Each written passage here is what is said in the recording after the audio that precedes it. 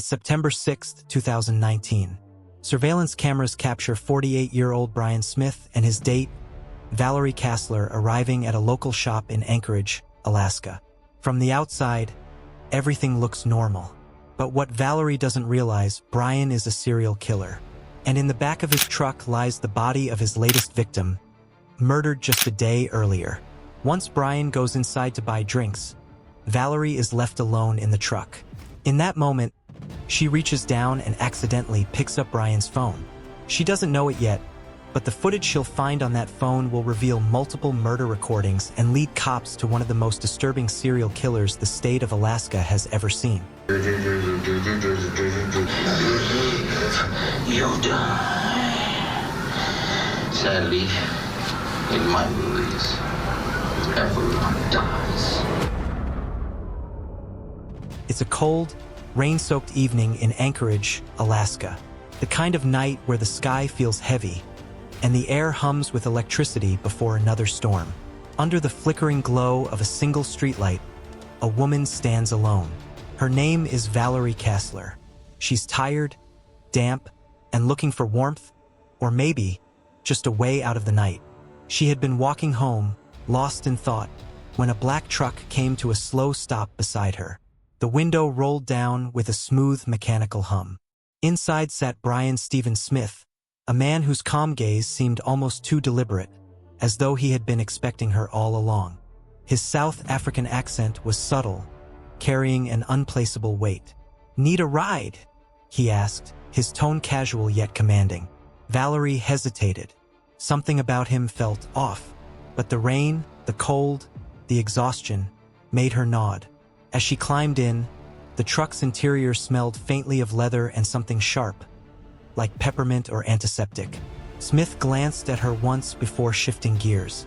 Outside, the world blurred through the windshield, rain streaking down like tears on glass.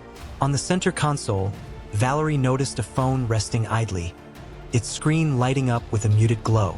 She tried to ignore it, focusing instead on the rhythmic windshield wipers and the quiet of the storm. But curiosity gnawed at her, a whisper she couldn't dismiss. They drove in silence. Valerie's thoughts raced. Why does he look so calm? Why am I even here? Smith pulled up to an ATM, and while he stepped out to make a transaction, Valerie's hand moved almost instinctively toward the phone. She knew it was wrong, but a premonition of danger whispered in her mind. Something about the device, about him, felt menacing. Later, in the safety of her small apartment, Valerie opened the phone. What she saw made her stomach turn. The first video showed a woman lying on a hotel bed, her face bruised, hands trembling. The camera angle was unnervingly intimate, as if the filmmaker wanted the viewer to feel complicit. Valerie's hands shook as she scrolled, revealing more images, more videos, each one darker than the last. The woman's life, her fear, her struggle, was captured in merciless clarity. Valerie could hardly breathe. She was paralyzed by the horror before her, by the knowledge that this wasn't a movie or a hoax. This was real. Someone had died or would die at the hands of this man. Fear clawed at her rational mind. She couldn't return the phone. She couldn't call the police, not yet. She had to protect herself, but she also had to preserve the evidence. With trembling hands, she copied the videos to an SD card. She labeled it carefully, "Homicide at Marriott." The next hours were a blur of anxiety. Valerie debated burning the SD card, hiding it or destroying it, but conscience outweighed fear. She called the Anchorage Police Department, her voice trembling, explaining everything. They instructed her to come in with the evidence. Detectives at APD gathered in the briefing room, the air thick with the scent of coffee and paperwork. The SD card was placed into a reader, and the first frames of the video flickered onto the screen. "You live, you die. Sadly, in my movies, everyone dies," a voice said, chilling in its calmness. The room went silent. Even seasoned investigators felt the weight of the words. This was no ordinary case. This was something darker, calculated, deliberate, a predator who treated death as performance art. Detectives leaned forward, studying every detail. The hotel bedspread, the curtains, the angle of the camera. Valerie's testimony was transcribed, her fear evident in every word. How she had met him, how she had taken the phone, the stormy night, the ride through the rain, all crucial details in understanding the man behind the device. The first part of the investigation was clear. This video was a key piece of evidence. And yet, at this moment, no one knew the full extent of Smith's crimes. Valerie's mind replayed the scene over and over. The way Smith's lips had curled as he spoke, the subtle menace in his eyes, the way the world had seemed to narrow to that black truck on a rainy street. The detectives reviewed the footage again. Every frame, every shadow, every sound was analyzed. The hotel room, the timestamp, September 4th, 2019, everything pointed to a real murder. Someone had died here, captured on film, and the person responsible was still out there. Valerie could not sleep that night. The storm outside mirrored the turmoil inside her. She wondered if she had done enough, if she had made herself a target. She kept picturing the woman on the screen, her terrified eyes meeting Valerie's, begging silently for someone to see, to act, to care. As the rain subsided, the detectives prepared to trace the origins of the video.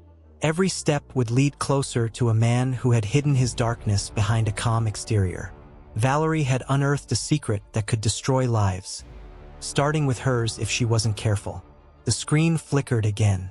The woman on the bed shifted slightly, and Smith's voice repeated, almost mockingly, "You live, you die. Sadly, in my movies, everyone dies." What would the police uncover next? How would they trace this video back to the man in the black truck? Subscribe now as we uncover the most chilling part of this story, where the investigation intensifies, the victims, and the hunt for Brian Stephen Smith.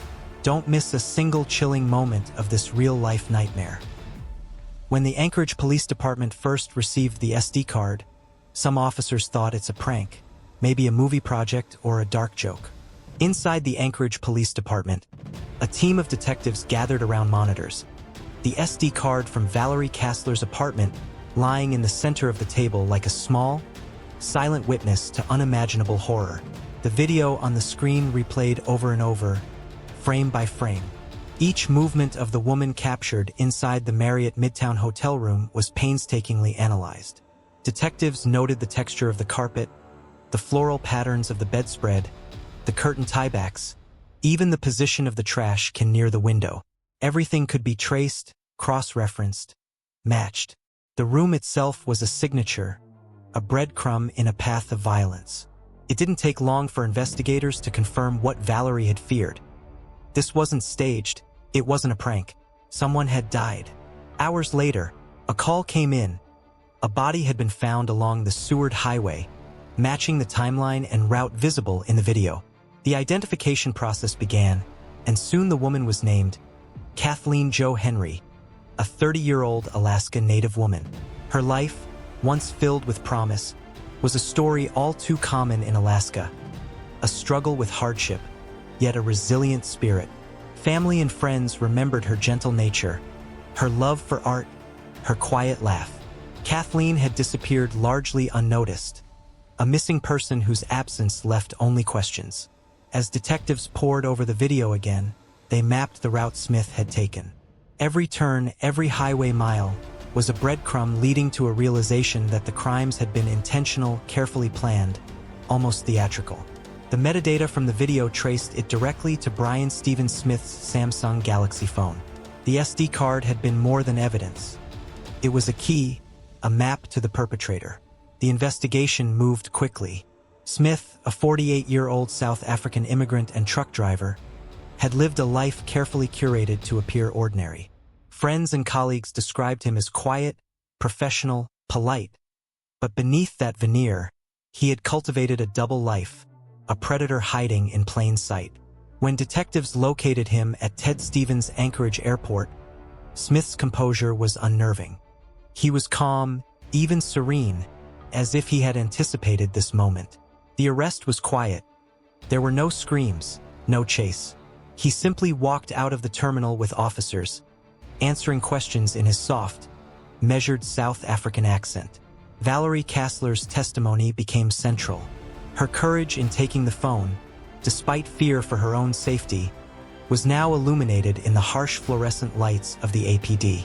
She described every detail: the rain, the black truck, the moment she glimpsed the phone, and the unbearable realization of what she had discovered. Her words carried weight not because she was a trained investigator, but because she had stared into darkness and chosen to act. The detectives reconstructed the timeline meticulously. They traced every movement Smith had made in the days leading up to the murder. Hotel bookings, rental agreements, cell phone pings, all converged to place him at the Marriott Midtown on September 4, 2019. Each detail painted a portrait of careful calculation, a predator who thought he could hide behind the ordinary. Smith's behavior became a study in chilling composure. He filmed his victims as if they were actors, calling these brutal acts his movies. The meticulous planning, the calm demeanor, and the deliberate recording of each crime revealed a man who sought control, whose thrill was rooted in power and fear. Detectives speculated that the act of filming wasn't just documentation. It was ritual, a way to impose his narrative over the lives of others. The team spent long hours studying the videos, but nothing could capture the emotional devastation for the families. For Kathleen's mother, the knowledge that her daughter's final moments had been filmed, reduced to a silent performance for someone else's gratification, was almost unbearable. Valerie's bravery ensured that Kathleen's story was no longer invisible. As the investigation unfolded, detectives discovered a pattern. Similarities in hotel stays, subtle signatures left behind in each crime, hinted at the possibility of more victims. Smith's life, previously unremarkable, now appeared as a tapestry of secrets, each thread leading to a darker truth. Evidence was compiled with painstaking precision. Every hotel receipt, every phone ping, every SD card copy was cataloged. Investigators cross-referenced movements, spoke with hotel staff, and reconstructed each scene digitally to match the perspective captured in Smith's camera. The attention to detail was necessary. Smith's calm exterior belied a mind trained to anticipate police procedures. Meanwhile, Valerie struggled with anxiety. The rain-soaked night she first met Smith replayed in her mind with agonizing clarity. Every cautious glance, every pause, every heartbeat seemed amplified now that the consequences were fully known. She had acted out of fear but also morality, and now she understood the gravity of her choices. On October 8, 2019, Smith was arrested at Ted Stevens Anchorage International Airport. Inside his belongings, investigators recover items matching those seen in the video. A distinct hotel keycard, the same type of bedding, even the same model of Samsung phone. In the interrogation room, the air feels heavy. The detectives lay out the evidence, photos, screenshots, timelines. Smith was brought into the APD interrogation room. He leaned back in his chair, hands folded calmly in front of him, expression unreadable. The detectives laid out the evidence. Phone, SD card, videos. Each piece of proof was undeniable. Smith leans back, unbothered. "You think you know me because of one movie?" he said, almost casually. His voice lacked panic or remorse. "There are others you haven't seen." The words sent a chill through the room. Every detective present felt the sudden weight of realization. This was not a one-off crime. There was more, and Smith was not done revealing his secrets. As detectives left the room to confirm details, the shadows in the corners seemed to deepen. The SD card had only revealed the surface, the tip of a monstrous reality. Who were the other victims? How many more movies had Smith created in secret? If you've not subscribed yet, maybe it's time, as we uncover how the full confession is revealed. More victims are identified, and the chilling truth behind Brian Stephen Smith's double life comes to light. Don't miss the harrowing conclusion to this Alaskan nightmare. Smith spoke of another woman, a name that had been whispered in missing persons files for years.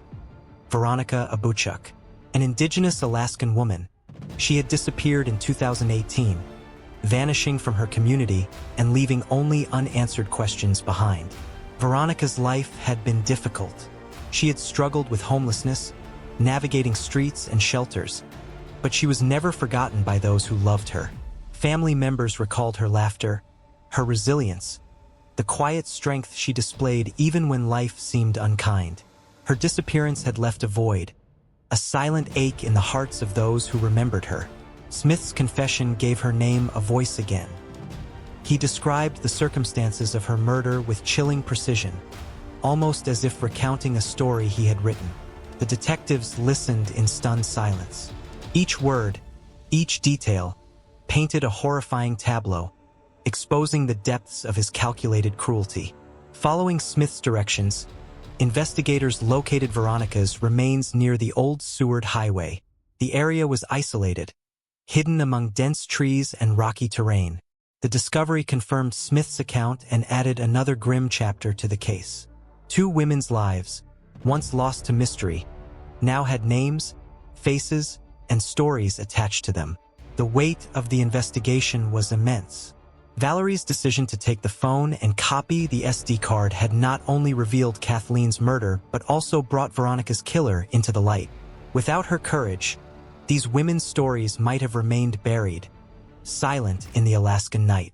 Brian Stephen Smith's life was a study in contrasts. A married man, a truck driver, and a self-proclaimed photographer, he projected normalcy, blending seamlessly into the fabric of Anchorage. But beneath this facade lay a predator who documented his crimes like art. Each murder, each video, each photograph was a calculated expression of control and obsession. Investigators pieced together his routines, habits, and methods. Smith had operated with meticulous planning, selecting victims who were vulnerable and isolated. His calmness, both during the crimes and during police interviews, revealed a mind accustomed to manipulation and secrecy. He had created a world where he could play God, filming movies in which he decided who lived and who died. When the trial began, the courtroom was heavy with emotion. Valerie's testimony was pivotal. She recounted the rainy night she met Smith, the moment she took the phone, and the horror of watching the videos. Her voice trembled at times, but her resolve was unshakable. She had acted out of fear, yes, but also out of conscience, a moral compass that ultimately led to justice. The defense challenged her credibility, questioning whether she had influenced the chain of evidence. But the prosecution painted a clear picture. Valerie's actions had uncovered a serial killer, providing the crucial link between the crimes and the perpetrator.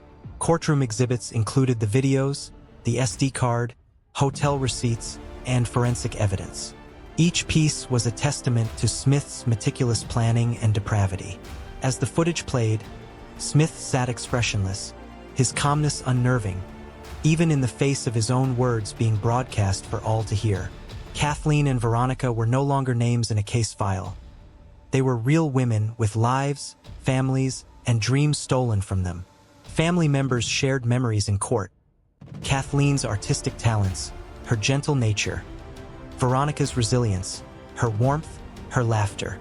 These personal stories countered the clinical horror of the videos, reminding everyone present that these were lives, not just evidence. The emotional gravity of the trial was immense.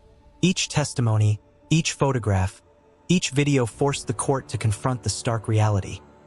Two women had been brutally murdered, and one man had orchestrated it with terrifying control. After about 2 hours of deliberations on February 22, 2024, an Anchorage jury finds Smith guilty on all 14 counts, including 2 counts of first-degree murder, 2 counts of second-degree murder, second-degree sexual assault, tampering with evidence, and misconduct involving a corpse. On July 12, 2024, a judge sentenced him to 226 years in prison. In that moment, justice, long delayed, finally arrives. With the trial now over, one question still remains. Did Brian have more victims in Anchorage? He had also moved to Alaska in 2014 after previously living in South Africa, where Alicia claimed he may have had other victims. For Valerie, the resolution was bittersweet.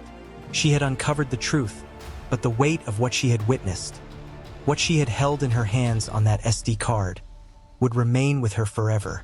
Yet there was a quiet satisfaction, a moral victory. 2 women's stories had been told, their lives acknowledged, and their killer held accountable. Over the next year, detectives pieced together the double life of Brian Stephen Smith, a South African immigrant who moved to Alaska in the early 2000s. a long-haul truck driver with a calm demeanor and a fascination with photography. But behind the lens, there was something far darker, a desire not to capture life, but to record death. In his world, the victims weren't people. They were subjects, scenes, performances. He called them his movies. Alaska's cold, gray skies seemed less oppressive now, but the memory of that rainy night lingered. A stolen phone, a brief encounter, and a courageous act had exposed a monster lurking in plain sight. Darkness, once thought impenetrable, had been pierced by an ordinary act of conscience. In the end, justice was not just about the sentence, but about recognition, about giving voice to lives that had been silenced. Valerie's fear had become truth. Smith's calculated cruelty had been laid bare. He thought his crimes would disappear into the cold Alaskan night. But sometimes, even darkness forgets where it hides its secrets. The story of Brian Stephen Smith serves as a chilling reminder. Evil can wear a friendly face, and courage can come from the most unexpected places. If you want to uncover more true crime stories with detailed investigation, emotional depth, and chilling suspense, subscribe now and turn on notifications. Each story is a journey into darkness, but also a testament to the power of truth and justice.